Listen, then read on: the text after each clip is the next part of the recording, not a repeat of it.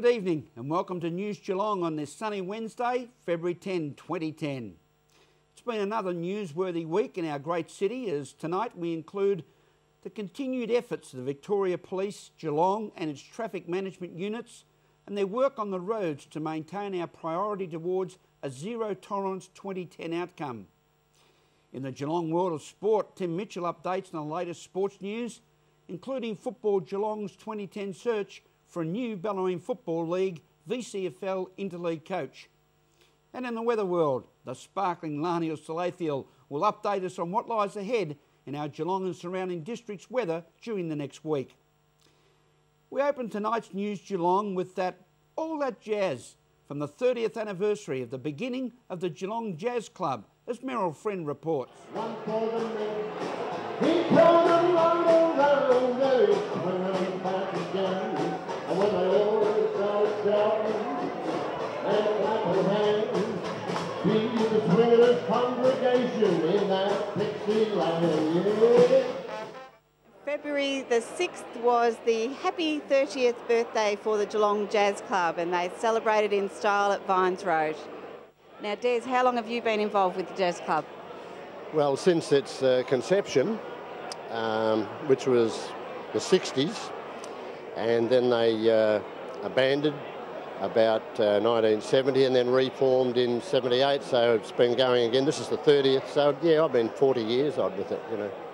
So the music industry has been taking you all over the country? Yeah, it's been great. You know, we've been lucky because they've flown us to Tuesday in West Australia to the Jazz Festival there, and Adelaide. Been there. They flew us to Noosa, and so we go to probably half a dozen festivals through the year, as well as jazz clubs and pubs and whatever. You know, that's what we do.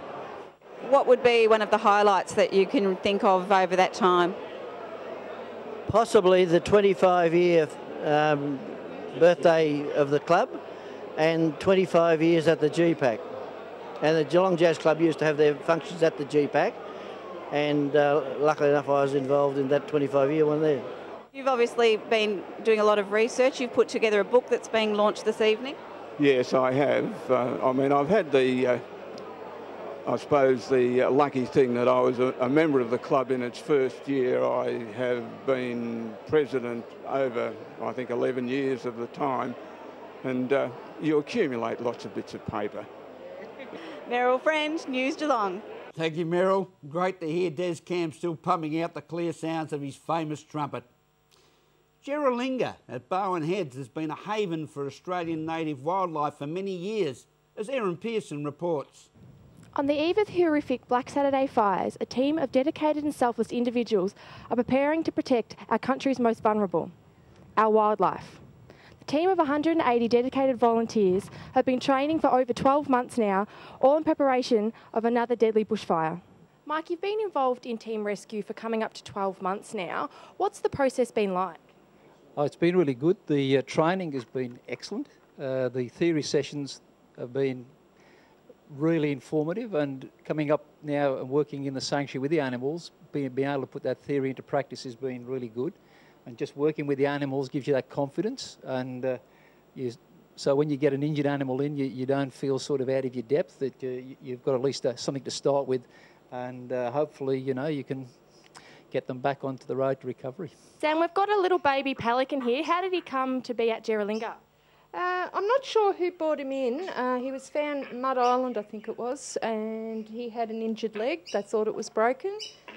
We have a wonderful avian vet in Torquay who helps us with the birds. He had a look, and fortunately it's only bruised, so with a bit of rest, a bit of feeding, he'll go back to Mud Island.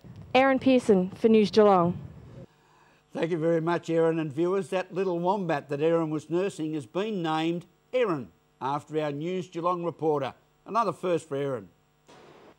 A great Geelong icon, Griffith's Bookstore in Ryrie Street, will unfortunately cease trading after 99 years and 51 weeks of serving the citizens of our city, as Meryl Friend reports. It's a sad day for Geelong retail when a business just 12 months shy of a century of service has been forced to close, and that is true of the Griffiths Bookstore in Ryrie Street. Last Wednesday, February the 3rd, the doors closed forever. on Griffith's bookstore. With all of this happening, the area up here in Ryrie Street, do you think it's because of the big shopping centres like Westfield that Ryrie Street's been forgotten? That definitely didn't help. This street has been trying to pull together, and we all know each other very well, we all get along really well, and we have been trying to make it a bit of with the art centre of Geelong. But it's hard when there's so much focus being put onto Westfield, and Geelong, I don't think, has supported this area as much. It's almost like there's a bit of a tumour, a bit of cancer right in the middle of the Geelong that's sucking all the life out of it, and you can slowly see Geelong just dying. Sorry. What's going to happen to all those local writers? I don't know. I mean, we've always been so proud of our local authors section. They've loved coming here. They were making some decent money out of it, which is fantastic. Because Geelong has some fantastic writers. They've got writing groups that are, collaborate together and actually, publish books in groups. And we were actually just starting to branch out into having the local musicians come through as well. We were just about to have some local music being played on a Saturday. But unfortunately, of course, that's all gone by the wayside. But I have been talking to all the local authors, and I have informed them if I do get into another bookstore, they will be put through again, and all I can do is hope and pray that another bookstore will be picking them up. Meryl Friend for News Geelong. Thank you, Meryl. An end of a great book dynasty in our great city of Geelong.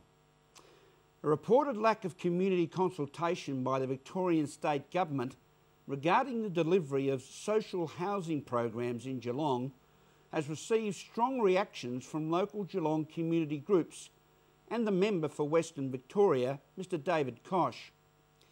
One public meeting held by Wintringham Housing in Malvern Grove, Hamlin Heights this past week has met with local community unease.